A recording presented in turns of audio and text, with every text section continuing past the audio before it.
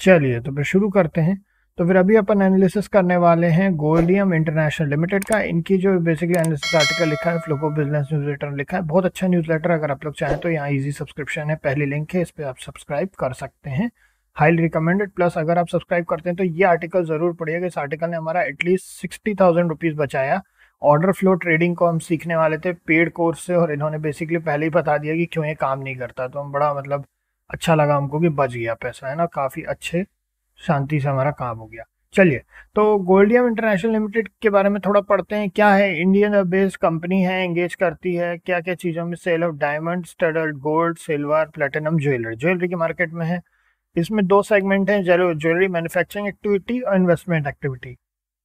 Company serves as a global retailer, departmental store and wholesaler. ठीक, तो इसमें क्या है, बेसिकली पोर्टफोलियो में इनके वाइड एरे ज्वेलरी है, such as engagement ring, wedding bands, earring, pendants, necklace, bridal sets.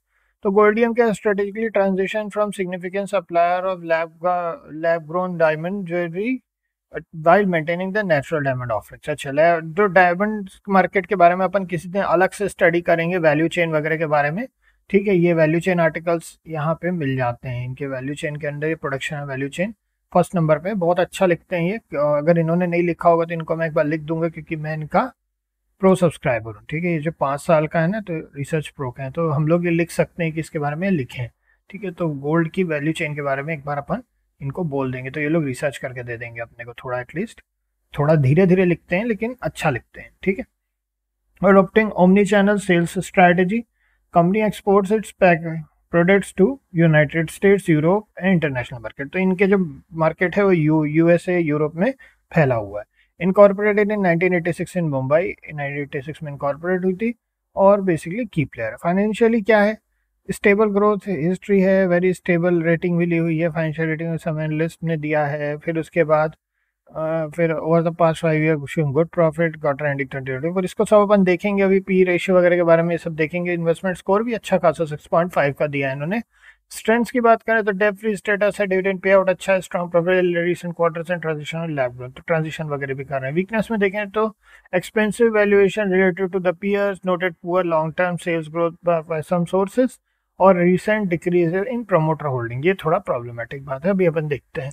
ठीक, अब आखिर में डिस्क्लेमर देख लेते हैं। ठीक है, अपॉर्चुनिटी थ्रेड्स वगैरह आप लोग अगर इनको सब्सक्राइब करते हैं आप पढ़ लीजिएगा। इसमें अगर डिस्क्लेमर में देखें तो इन्फॉर्मेशन पर्पसेस के लिए, इसको किसी भी तरह की इन्वेस्टमेंट एडवाइस की तरह ना लें, अपनी खुद की रिसर्च करने के लिए बता रहे हैं। तो अपन थोड़ी सी रिसर्च खुद भी करते हैं और आप लोग भी रिसर्च कीजिएगा। 371 रुपीज़ अभी चल रहा है, -2.80% से डाउन है।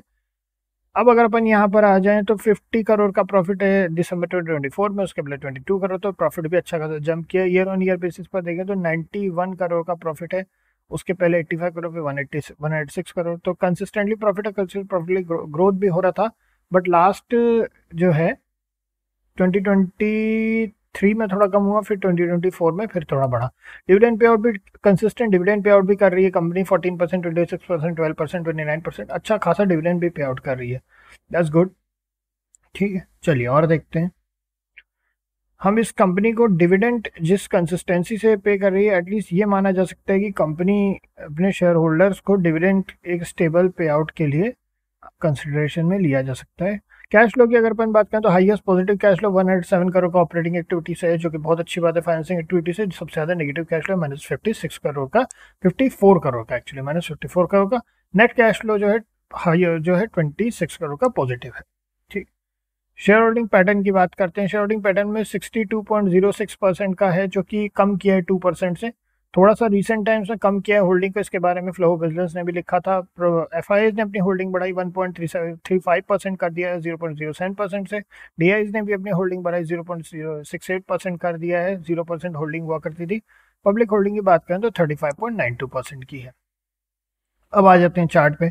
चार्ट के हिसाब से अगर अपन देखें तो देखिए कितना मतलब बोलना चाहिए, काफ़ी समय तक तो बस ऐसे ही लोअर लेवल्स पर ही चलता रहा, स्टोरी जो है कोई खास ज़्यादा की नहीं। लेकिन वहीं एक टाइम आया 2021 में जब इस स्टॉक ने अच्छी खासी रैली की, और 2021 में जब इसने रैली की तो अच्छा खासा यहाँ पे मोमेंटम अपने को देखने को मिला। बाकी काफ़ी लंबे समय से कोई मोमेंटम इसमें नहीं था। तो ठीक है, फाइनेंशियल वगैरह भी ठीक है। 465 के बाद ही हम थोड़ा सा हम फार रीचिंग वो बना रहे हैं गोल, लेकिन 465 के बाद ही हम कोई भी प्लान कर रहे हैं, उसके पहले तो नहीं करेंगे। हमेशा की तरह अपनी पोजीशन साइजिंग स्टॉप लॉस का हमेशा ध्यान रखना ही रखना है अपने को। और इसमें यही है, ठीक है, इसमें 465 फाइनेंशियल वगैरह ठीक है, तो देखते हैं आगे क्या होता है। हम हमारे लिए यही प्लान कर रहे हैं।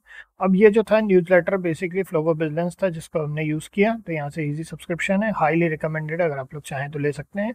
ठीक है, और ये अगर आप लोग लेते हैं तो ये आर्टिकल ज़रूर पढ़िएगा। ये ऑर्डर फ्लो के नाम पे बहुत अपने यहाँ पे कोर्सेज बेचे जा रहे हैं इंडिया में। Please don't don't don't fall for it. और रीजनिंग इन्होंने इसमें बताई है, और बहुत सस्ता भी है उनके सामने। 2200 वाला भी आप लेंगे तो भी आपको साल भर की फुर्सत है, और अगर 5 साल वाला लेते हैं तो बिल्कुल ही फुर्सत है ना, 5 साल तक की फुर्सत 8800 में, और आप आराम से यूज़ करते हुए इसमें क्वांट वगैरह के भी आर्टिकल्स बहुत अच्छे जो नई रिसर्च करते हैं वो भी मिल जाएगी। ठीक है, चलिए तो फिर इतना ही है, नेक्स्ट मिलते हैं आप लोगों से। ओके।